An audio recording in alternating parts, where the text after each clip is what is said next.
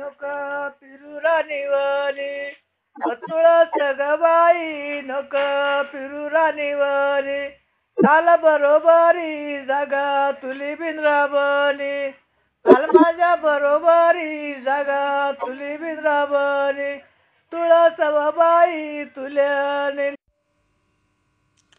हा आवाज ज्या आईचा आहे, मातेचा आहे, जिने ओव्या गायल्या आहेत, तिचे नाव रुक्मिणी.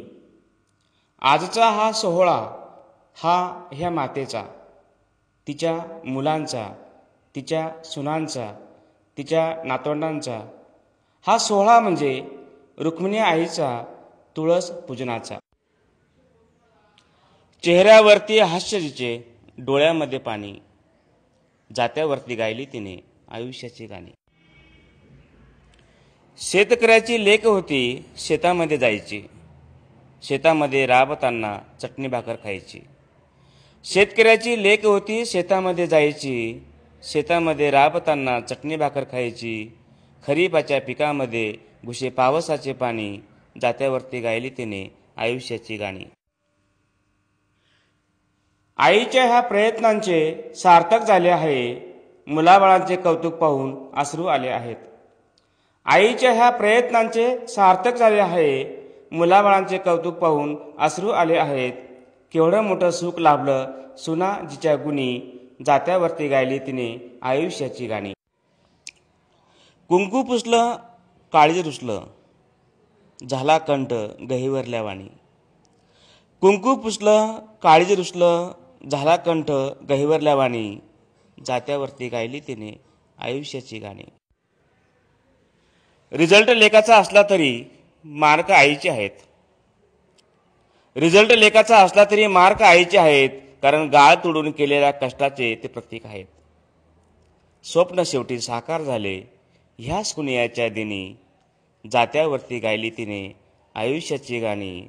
जात्यावरती गायली तिने आयुष्याची गाणी. आई म्हणजे मंदिराचा उंच कळस, अंगणातील पवित्र तुळस, भजनात गुणगुणावी अशी संतवाणी, वाळवंटात प्यावं असं थंड पाणी. आई म्हणजे आरतीत वाजवावी अशी लयबद्ध टाळी, आणि वेदनेनंतरची सर्वात पहिली आरोळी आई. माऊली म्हणजे निस्सीम सेवेची मूर्ती,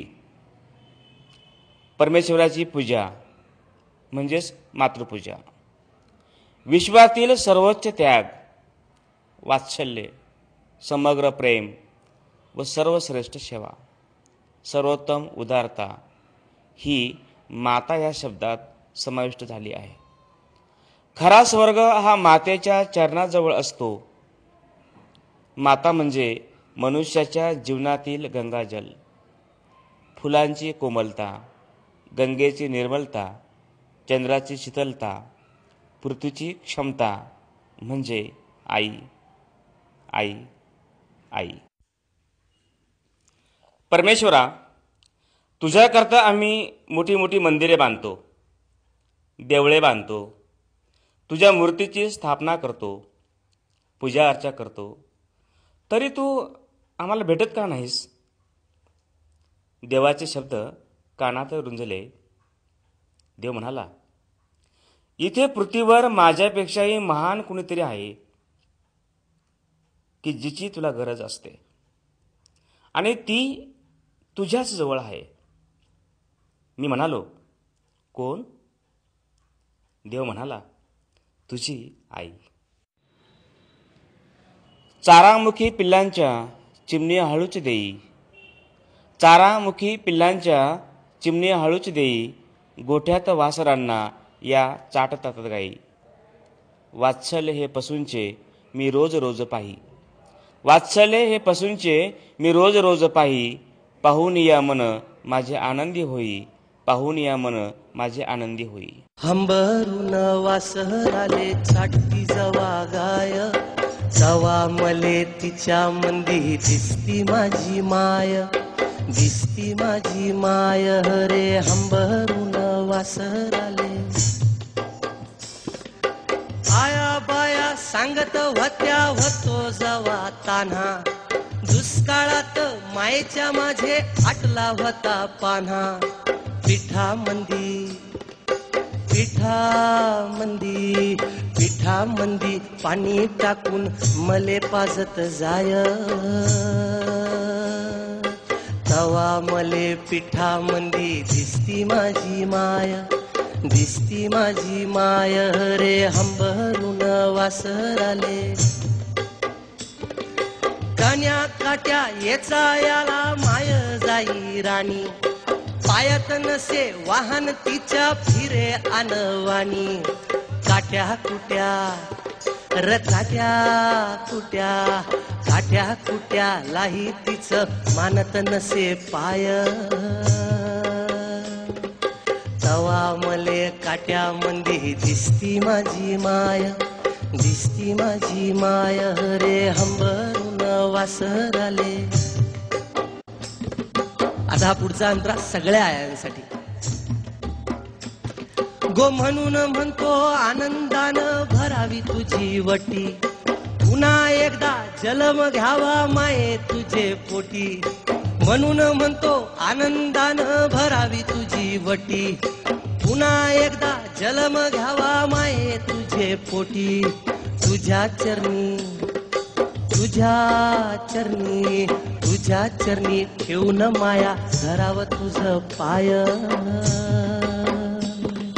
तवा मले पायामंदी दिसती माझी माय, दिसती माझी माय रे हंबरून वासराले चाटती जवा गाय, तवा मले तिच्या मंदी दिसती माझी माय, दिसती माझी माय, दिसती माझी माय. रुक्मिणी आईचा जीवन प्रवास. रुक्मिणी आईचे सासर जसे कळवणचे तसे माहेरसुद्धा कळवणचेच. कळवण येथील बारकू लक्ष्मण पगार व बाबूबाई बारकू पगार यांची ही कन्या. आईला 3 भाऊ 3 बहिणी. अतिशय गरीब शेतकरी कष्टकरी कुटुंबात जन्म. माहेरी सर्वांबरोबर शेती व मजुरी करीत कळवणमधूनच कळवणमध्ये सासरची वाट धरली. सासरची पार्श्वभूमी मात्र आगळी वेगळीच आहे. मूळचे इनसी गावचे पाटील नानाजी गणू शिंदे व ममताबाई यांचा मुलगा कडू नानाजी शिंदे. कडू पाटील अवघे 9 वर्षाचे असताना त्यांचे पितृछत्र हरवले. नानाजी पाटील वारले. आई ममताबाई हिने कळवण येथील कृष्णा दादा पगार यांच्याशी पुनर्विवाह केला. कडू पाटील आई ममताबाईबरोबर पगार कुटुंबात आले. कृष्णादादा पगार व ममताबाई यांच्या पोटी 2 अपत्ये झाली. त्र्यंबक कृष्णा पगार व देवराम कृष्णा पगार ही कडू पाटलांची भावंडे झाली. कडू पाटील लहानपणी लोकांच्या गायी राखत शेती करीत मोठे झाले. आई रुक्मिणीचा विवाह कडू पाटील यांच्याशी झाला. कडू पाटलांनी त्र्यंबक व देवराम या 2 भावंडांना बरोबर घेऊन एकत्र कुटुंबात सर्वांचे हित जोपासत गावातही सामाजिक बांधिलकी जोपासली. रुक्मिणी आईने दोघे दिरांना सांभाळत संसार सांभाळला, तर दुसरीकडे कडू पाटलांनी कळवण गावाचे सरपंच उपसरपंच पद सांभाळत गावकी आणि भावकी सांभाळली. 1969 ते 78 या कालावधीत ते सरपंच उपसरपंच पदावर होते. 40 वर्ष शेतकऱ्यांच्या विविध कार्यकारी सोसायटीचे संचालकपद भूषविले. कृषी उत्पन्न बाजार समितीमध्ये 1983 ते 87 या कालावधीत संचालकपद भूषविले. अर्थात हे सर्व संसार सांभाळून. आई रुक्मिणी व कडू पाटील यांना अपत्य होत नव्हते. कुटुंबात खिन्नता होती. तेव्हा दोघांनी वडाळी भोई येथील केदाराई देवीची 5 वर्ष पायी यात्रा केली. देवी नवसाला पावली. मुलगा झाला. नाव केदार ठेवले. त्याच्या पाठी तानाजी, दादाजी ही 2 मुले झाली. 3 मुलांवर संसाराची आनंदात सुरुवात झाली. दोघेही पती पत्नी अक्षर शत्रू होते. मात्र त्यांनी मुलांना शिकवलं. मोठा केदार हा BSc BEd, MBA, LLB झाला. आदिवासी भागात दरी येथे व नंतर RKM माध्यमिक व उच्च माध्यमिक विद्यालयात शिक्षक व पर्यवेक्षक म्हणून नोकरी करून शैक्षणिक, सहकार व सांस्कृतिक कार्यात सहभाग घेऊन छोटी मोठी माणसं संस्था उभी केली. तानाजी याने SSC नंतर शेतीचा वारसा सांभाळला. आधुनिक पद्धतीने डाळिंब, द्राक्ष, ऊस, कांदा ही नगदी पिके घेतली. धाकटा दादाजी याने MA, DLW, DHE हे शिक्षण घेऊन मराठा विद्याप्रसारक संस्थेत प्राध्यापक म्हणून नोकरी करीत आहे. मुले शिकली, पुढे नातवंड शिकली. याचा निश्चितच आभाळ आनंद ह्या माऊलीच्या बोलण्यातून नेहमीच व्यक्त होतो. एखादी बहीण भावाला व्याही करते. आईला मात्र भावांना व्याही करता आले नाही, तरी तिचे दोन्ही व्याही तिला भावासारखे लाभले. कुंड्यानाचे केदार धोंडूदेवरे हे केदार अण्णांचे सासरे, तर धाकट्या दोघांचे सासरे दोदू देवाजी आहेर म्हणजे मटाण्याचे दोदू आप्पा. दोघा व्याह्यांनी सख्या भावा इतकंच प्रेम दिले. आज मटाण्याचे दोदू आप्पा व वहिनी नाहीत याची हुरूर आईला वाटते. अशीच माया करणारे ॲडव्होकेट परशुअण्णा पगार यांचे वडील सोनूभाऊ यांची आठवण आईला येते. रुक्मिणी आईला मुलांचे, नातवंडांचे कौतुक तर आहेच, परंतु लहान बहीण रेश्मा व मेहुणे यांचे उपकार ती विसरत नाही, की ज्यांनी आईच्या व तिच्या मुलांच्या संसाराला गेली 50 वर्ष खंबीरपणे साथ दिली. संसाराच्या ह्या सूरपारंब्या खेळताना आईच्या वाट्याला दुःखही आलेच. 2003 मध्ये पतीचे म्हणजे कडू पाटलांचे निधन झाले.